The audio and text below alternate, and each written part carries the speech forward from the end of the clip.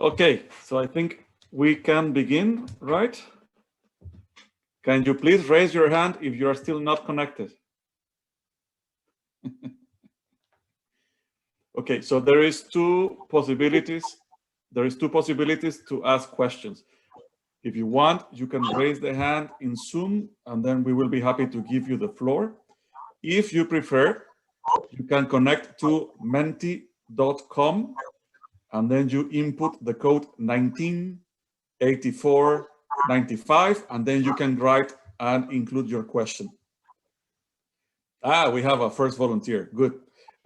Another thing is, because I know we have some French speakers and we also have some Spanish speakers, if you feel more comfortable to put the questions in French or Spanish, please go ahead. We all speak the languages, so we'll be happy to deal with that in those languages if necessary.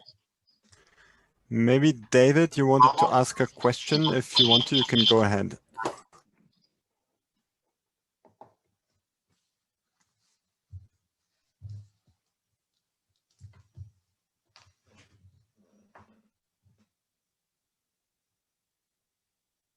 I see David. We cannot hear you. And then maybe Brian, you go ahead then. Hi, morning everyone from me. I suppose this afternoon by where you are. Dallon, in your presentation this morning, I would have sent a message to you. You mentioned the problems in terms of classifications, and I mentioned to you the fact that I think the items that were traded during COVID were not new items. They were items that have always been, but the trade in it continued. There was more trade in the particular items during the COVID period.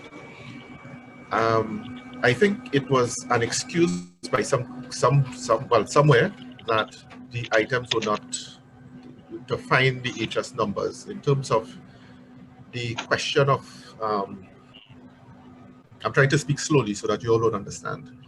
The question of where they should be classified should have been part of the normal trade. No new items were created. And even with the chemicals, even as you look at the explanatory notes that WCO would have indicated, and I appreciate the WHO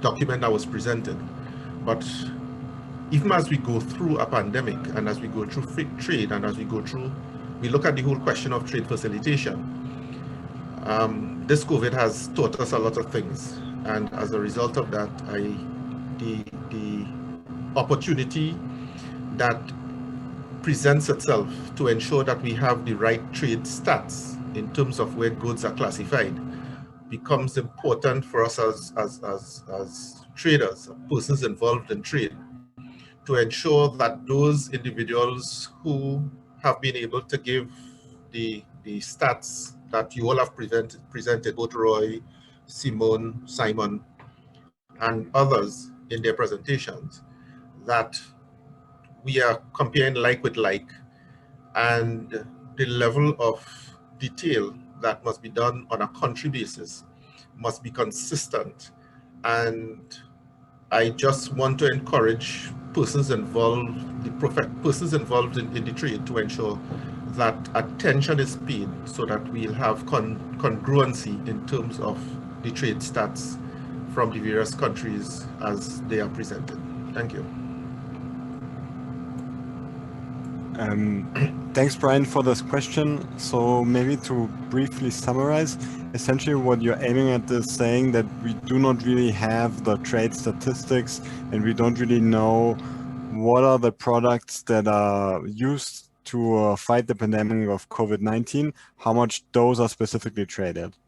The problem is the harmonized system only goes to the 6-digit level, meaning that the classification where those products are classified in the harmonized system might also include other products. For example, face masks for Carnival, for example, might be in the same HS classification than those face masks that are for protection.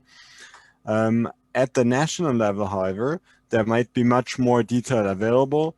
And if I understand you correctly, Brian, is that you're basically encouraging countries to create those national classifications to have more detailed trade statistics available. And for our work, we would be really happy to also get insights from members to really see where trade specifically in those products happens at a much more detailed level. Thanks.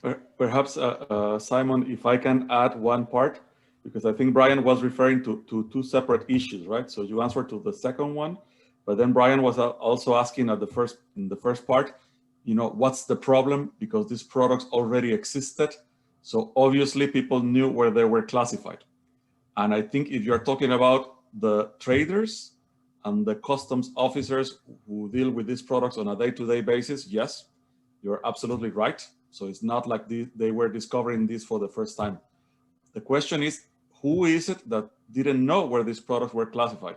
And the answer is most of the people in the trade policy area. So it was interesting at the beginning, in late March, at the beginning of April, we actually began receiving lots of questions from members. Do you know where respirators are classified? Because we would like to really make sure that we facilitate the importation of these products. What about the face masks? Or what about soap? What about alcohol? Or my favorite one was hand sanitizer. And then they always hated when we asked, but what exactly do you mean by hand sanitizer? Can you please give me the composition so I can actually try to determine, right? So I think for traders, yes, they knew what was happening because they have been dealing with these products. But when it came to the trade policy people who wanted to take some form of action to especially facilitate the importation of these products, let's say it was not so easy. And I think that's why at some point the World Customs Organization stepped in, and then at some other point they joined forces with the World Health Organization, and then even, let's say, more clear in terms of where some products are classified. And they discovered that some countries were classifying these products in different places. And I don't know if you're aware, but I was just checking, and apparently 2 days ago, they issued a revised list still with some of those new, let's say, classification guidance. So it's easier for customs and also for trade people to know where these products are classified. So yes, it was there, but it was perhaps not so obvious with respect to some of the other products.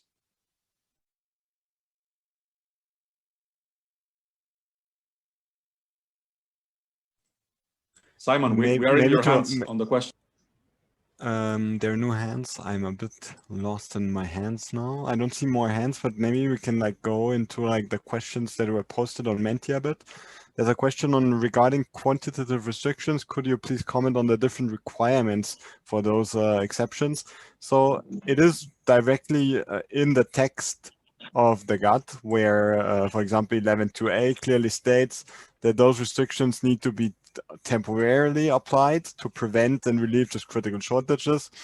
So it's really on the members to then state what they consider to be temporary measures. There's no definition of what is temporary and what not, and how to prevent those critical shortages.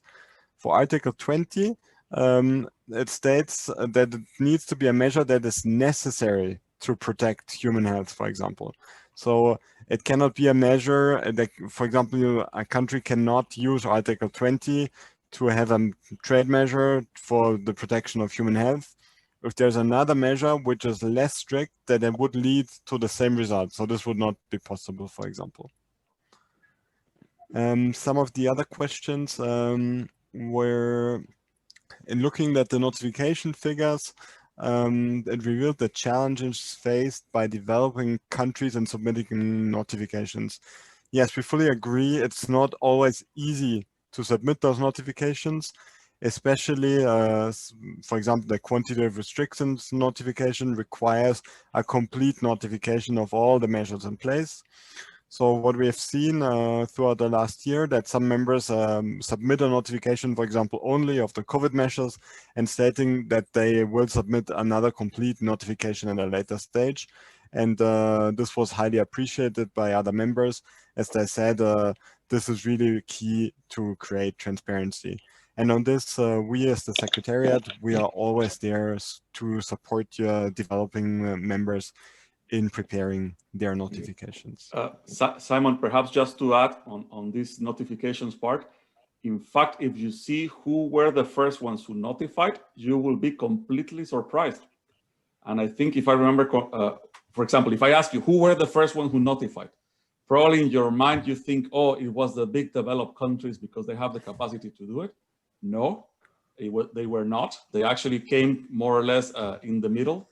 And most of the notifications that we got at the beginning were actually developing countries, and at least 1 or 2 LDCs who basically got in contact with us. What do we need to do? We helped them, and then the notification was done. So yes, there might be, let's say, a bit of a difficulty in terms of getting the information, but if you get in contact with us, I can assure you we can help you to notify this very quickly.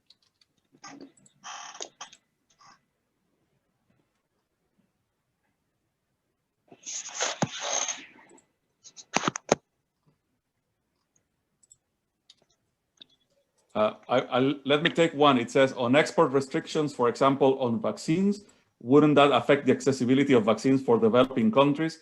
Can a ceiling on the allowable volume for export count as a restriction? On the first part, yes, of course, if you are a manufacturer of vaccines and you impose an export restriction, this has an impact on all the other members that import these vaccines from this other member, right? However, if you are a smaller country and you do not produce vaccines, then of course you impose it, but then it doesn't really have, let's say, a big impact on international trade. This is an issue which is actually quite sensitive, and you probably have seen on the news, there are some ongoing measures and discussions that have been introduced, right? So this is not something that is going to go away quickly, it's there presently. Can a ceiling on the allowable volume for exports count as a restriction? If, for example, you impose a quota and you say that, I don't know, 50% of the vaccines that are produced must be used domestically, yes, that in principle would fall under what we have under Article 11 of the GATT, and there would probably be considered to be some form of quota. Or the, let's say, more generic term that we use is quantitative restriction that includes not only the quotas, but also prohibitions and other mechanisms like, for example, non-automatic licensing and so on and so forth. I just checked, so the first members that submitted notifications of quantitative restrictions were the Kyrgyz Republic, Albania, and Thailand. And if I remember correctly, Simon, Bangladesh was also one of the first ones that notified at some point. Submitted a notification, yes. So there's a question, maybe go to this one here. Maybe we deal with the one in the middle. Yeah, there's a question about, we talked about the face masks, hand sanitizers, and PPE. What about higher value added products and more complex products like respirators, ICU technology products? There, the problem of the HS classification plays a really big role, because in the trade statistics, those are classified a lot with other products in the same category. So from the trade statistics that are available to us, we don't really see the trade in those products so easily. Yeah, I think all the medical equipment is in chapter, I think it's 1918, if I remember correctly. And then respirators is kind of together with another category, so it's not so easy to see exactly the products. I see, Gabriela, you raised your hand. Please go ahead. Yes, thank you. Good morning to those of us on this side of the world, and good afternoon to you, and thank you for the presentation and answering our questions. I had a question about the notification of measures, more practical question, because you said that you had a difference there between the notifications that you received and the measures that you actually identified. There's a few measures there that haven't been officially notified. And I was wondering if you contacted the members in those cases, because speaking from my country, it probably has to do with a lack of awareness that despite the fact that you identified it, you verified it with us, and it was published, and it's in the knowledge of the other members, that doesn't replace the need to notify. So I was wondering if you spoke to the members that haven't notified certain measures that you identified in order to make sure that they also do the official notification. Thank you. Perhaps to respond to that question, yes, the answer is we did speak with some members. And in fact, I think many of the notifications we got happened after we actually spoke with the member and we told them, look, we noticed that this information is there. Would you like us to help you to notify? So in many cases, we got a positive response, and that's why they have been notified. In other cases, the member just by themselves prepared the notification and send it. But it is true, we did not contacted every single member that is there. But of course, it's never late to do the homework. So if you, for example, in your case, you know that this has been notified, sorry, has not been notified, but is there already available in the trade monitoring report, just contact us and then we will be very happy to help you to get this done. And then in probably, I don't know, 2-3 days, we are able to help you to get it done.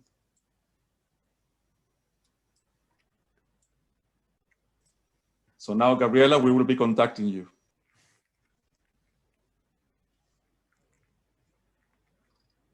Thank you, Roy. Then maybe one more question on Menti was how can members align their AHS codes together to such levels as to actually track trade in those COVID products?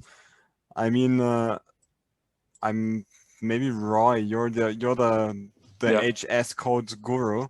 You'll take this one. No, I am not the HS code guru. I just understand a little bit, and then in the land of the blind, you know, the person with one eye is more knowledgeable, right? So here, what would be the ideal? In the ideal world, we would have actually foreseen that there was a problem with respect that something was going to happen, that it was necessary to give visibility to these products. Then at the harmonized system committee at the World Customs Organization, we would have agreed at 6-digit codes to be able to track them. Now, of course, this is wishful thinking. It's too late for that. It's also too late to think of the amendment because all the amendments have already been agreed and will enter into force in the 1st of January of 2022, right? So we're very far behind that. A second possibility would be in the harmonized system committee. Sometimes they agree on kind of guidance or let's say recommendations in terms of national breakouts or subdivisions that can be made, right? So, you know, maybe if that happens, that would be very good. We have actually mentioned this to our colleagues in the World Customs Organization. And the main problem was precisely last year, they were finalizing HS 2022. So this, let's say in terms of the workflow, was very difficult to deal for them. However, many of you work and are involved in either customs unions or regional alliances. So this is something that in principle at the regional level, at least you should be able to try to handle. Let me give you one very important example. Right now we're talking about vaccines. I am sure in 1 year, we're gonna get lots and lots of questions. What is the trade on the COVID-19 vaccine? And then, you know, the number crunchers, we're just gonna turn to each other and say, look, we don't know. There is one HS code, which is vaccines for humans. And then it turns out nobody thought that it was necessary to do a subdivision to track COVID-19. But if you were to take action today, at least at the regional level, and if at regional level also fails, at least at the national level, you create a new tariff line under the vaccines for humans that simply says COVID-19, then at least in, let's say, 1 year time or whatever time we have for the analysis of this type of statistics, we would be able to have something to work with. But if nothing is done, I am afraid that the answer in 1 year time is going to be, you know, let's see at the 6-digit level, let's try to guess, let's try to see what was happening with all the other vaccines for polio or some of the other diseases, and then it's going to be very difficult to do calculations. Interestingly, on this, this European Union measure on export controls for COVID-19 vaccines that has been introduced recently includes measures, includes codes for the different COVID-19 vaccines. So they have for each different manufacturer of a COVID-19 vaccine, they have an individual code. So at least they themselves, they will know what is the amount of each type of vaccine that has been exported from the European Union.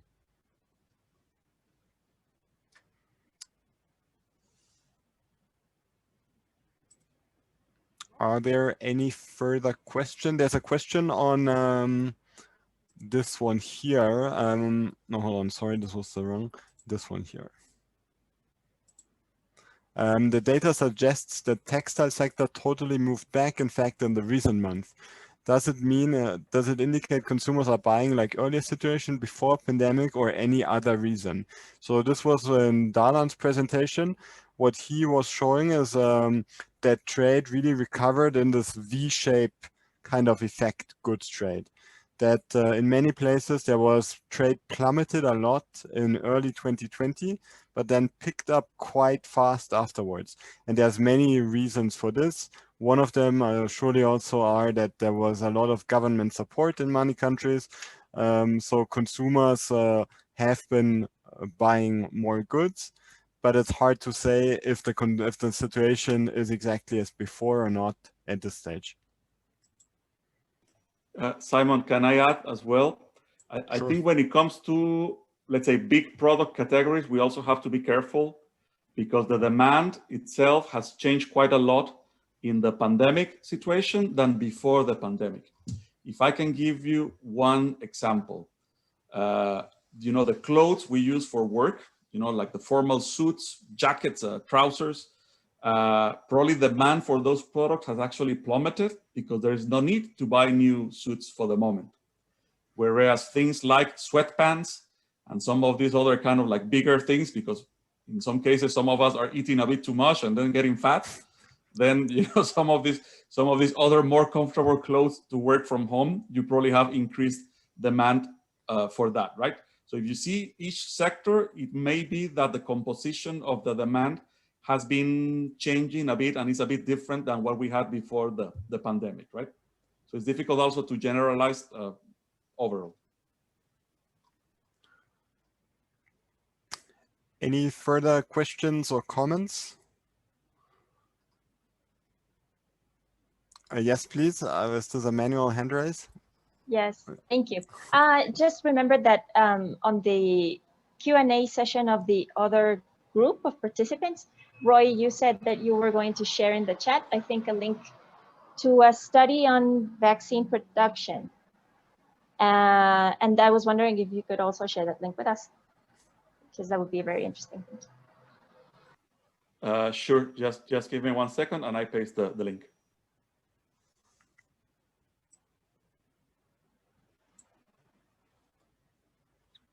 Okay. Any further questions or comments? We will tell our statisticians at the WTO that you are happy with their work, Brian. Thank you for your compliments.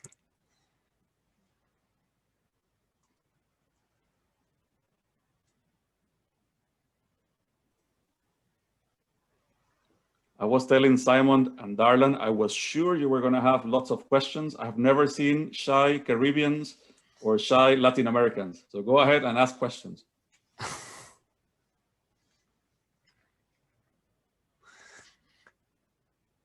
I will have to excuse myself. I have another meeting now, but I look forward to see you all again on Friday. Have a good rest of the day.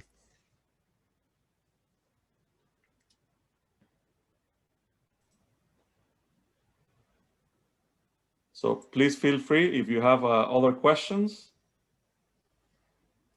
Please go ahead.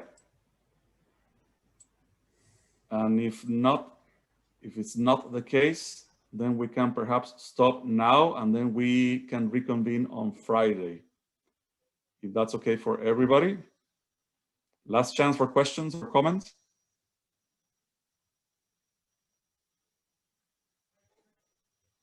Okay, so thank you very much.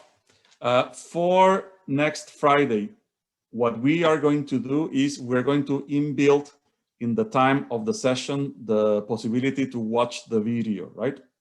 So what we're going to be doing is you can connect from the beginning, and then we're going to give you, I think it's 35, 40 minutes from the moment that we connect to watch the video. So you can do it there already together with us so we can begin with the questions again. Is it okay? Is that acceptable to everybody? Right, because I think for some of you it's difficult to watch the video before we actually begin. So what we're going to do is we're going to begin and then give you the time to watch the video during that time when we connect. Okay, well, thank you very much for your attention, and then see you on Friday.